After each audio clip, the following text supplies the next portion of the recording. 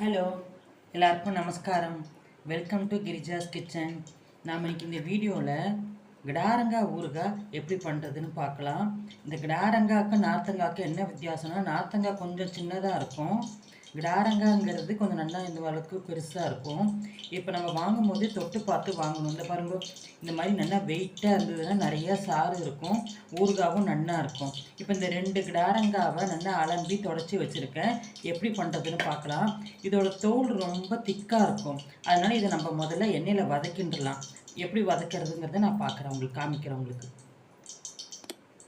இந்த பாருங்க, கடாயில் நல்லெண்ணெய் விட்டுருக்கேன், அடுப்பை சிம்மில் தான் வச்சுருக்கேன். இப்போ இந்த கிடாரங்காய் தோல் திக்காக இருக்குன்னு சொன்னேன் இல்லையா, இதை அப்படியே நல்லா உருட்டி உருட்டி வதக்க போகிறோம். இந்த மாதிரி உருட்டி உருட்டி எண்ணெய் அது மேலே ஊற்றி வறுக்கணும்னா அந்த தோல் திக்காக இருக்கிற தோல் வந்து கொஞ்சம் தின்னாயிடும், திருத்துறதுக்கு நமக்கு ஈஸியாக இருக்கும். இதை நான் உங்களுக்கு உருட்டி வதக்கி வச்சுட்டு அதுக்கப்புறம் நான் உங்களுக்கு காமிக்கிறேன். இதை பாருங்கள், இந்த மாதிரி உருட்டி உருட்டி விட்டோம்னா அந்த தோல் திக்னஸ் கம்மியாகி சாஃப்டாகிடும். ஊறுகாய் ஊறுறது ரொம்ப சீக்கிரம் ஊறி வந்துடும்.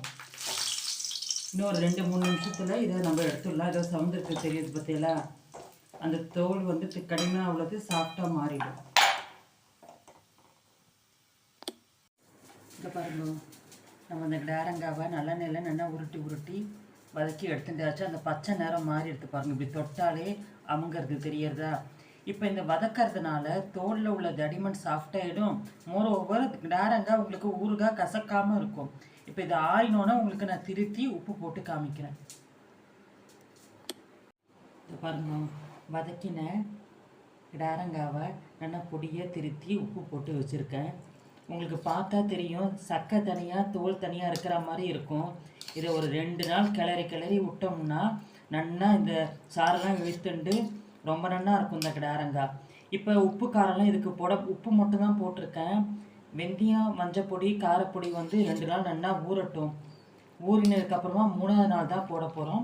இப்போ நாம் உப்பை மட்டும் போட்டு வச்சுருக்கோம். இதை தட்டை போட்டு மூடிடலாம். ஒரு 2-3 நாள் கழிச்சு நம்ம இதை பார்க்கலாம்.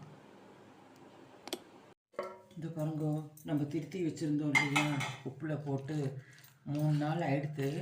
இந்த பாருங்க, கிடாரங்காய் நல்லாவே ஊறி வந்துடுது. இப்படி கட் பண்ண வருது பற்றியலா, நல்லாவே ஊறி வந்துடுது.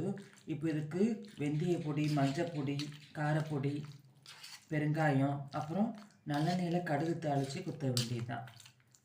இப்போ நான் மஞ்சப்பொடி வச்சுருக்கேன். மஞ்சப்பொடினா கடையில் விற்கிற மஞ்சப்பொடியில் வரலி மஞ்சளை நல்லா அம்மியில் இடித்து நல்லா நைஸாக அரைச்சி வச்சுருக்கேன். அதை இதோடு சேர்த்துடலாம். வெந்தயத்தை வெறும் கடாயில் வறுத்து பிடிச்சி வச்சுருக்கேன், அதையும் இதோடு சேர்த்துடலாம். இதை நல்லா கலந்து விட்டுடலாம். இப்போ நம்ம பண்ணுற ஊறுகாய் 1 வருஷம் ஆனாலும் கெடாமல் இருக்கும், ரொம்ப நல்லா இருக்கும். சில பேர் மிளகாவத்தில் வறுத்து போடுவா. நான் என்ன பண்ணுறேன்னா, கடையில் ஆச்சி மிளகாய்த்தூள் இல்லைன்னா ஆசீர்வாத் மிளகாய்த்தூள்னு கிடைக்கிறது இல்லையா, அதை வாங்கி போடுறேன். கொஞ்சம் கலராக இருக்குமேங்கிறதுக்காக அதை வாங்கி போடுறேன். மிளகாய் வறுத்தும் போடலாம். எங்கள் அம்மாலாம் மிளகாய் வறுத்து தான் போடுவான். இல்லை இப்படி கடையில் விற்கிற ஆச்சி மிளகாத்தூள், தனி மிளகாத்தூள் கூட வாங்கி போடலாம். இந்த பாருங்கள், இந்த 2 கிடாரங்காய் திருத்தி வச்சுருக்கோம் இல்லையா, அதுக்கு திட்டமாக மிளகாய் பொடி சேர்க்குறேன். வேணும்னா இன்னும் கொஞ்சம் சேர்த்துக்கலாம்.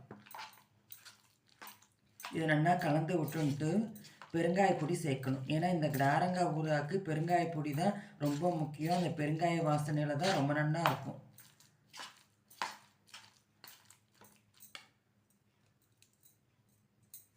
அவ்வளோதான். இதை இப்போ நல்லா கலந்து விட்டுன்ட்டு நான் உங்களுக்கு கடுகு தாளித்து கொட்டணும். அது ஒன்று தான் பாக்கி. இந்த பாருங்க, வெந்தயப்பொடி, மஞ்சப்பொடி, காரப்பொடி, பெருங்காயம் எல்லாம் சேர்த்தாச்சு. இப்போ கடாயில் நல்லெண்ணெய் விட்டுருக்கேன். நல்லா காஞ்சிட்டு கடுகு தாளிச்சிட வேண்டியதுதான்.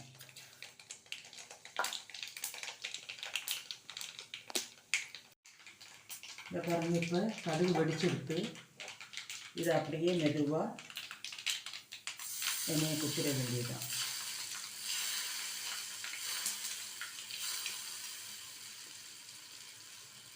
நல்லெண்ணெயை தவிர வேறு எந்த எண்ணெயும் யூஸ் பண்ணாதீங்க, நல்லா இருக்காது, கெட்டு போய்டும் ஊறுகாய். இதை இப்போ நல்லா கலந்து விட்டுன்றலாம்.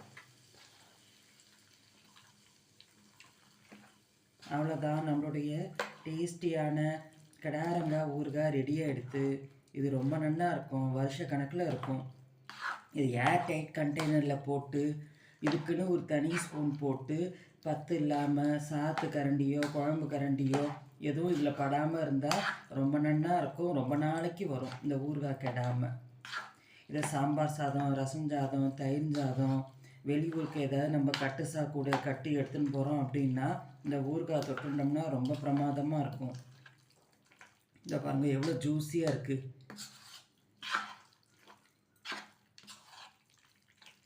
அவ்வளோதான், இப்போ நல்லா கலந்து விட்டாச்சு.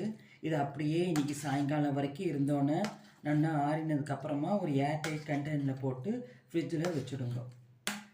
உங்களுக்கு அப்பப்போ யூஸ் பண்ணிக்கணும்னா அந்த ஏர்டைட் கண்டெய்னர்லேருந்து கொஞ்சமாக ஒரு கிண்ணத்தில் எடுத்து நீங்கள் டைனிங் டேபிளில் வச்சுட்டேன்னா அவாவா வேணுங்கிறத போட்டுப்பா. அவ்வளோதான், நம்மளுடைய டேஸ்டியான கிடாரங்காய் ஊறுகாய் ரெடியாக எடுத்து நீங்களும் உங்கள் அதில் ட்ரை பண்ணி பார்த்துட்டு எனக்கு மறக்காமல் கமெண்ட்டில் போஸ்ட் பண்ணுங்கோ. பிடிச்சா என் சேனலை சப்ஸ்கிரைப் பண்ணுங்கோ. I hope you all like this video. Thank you.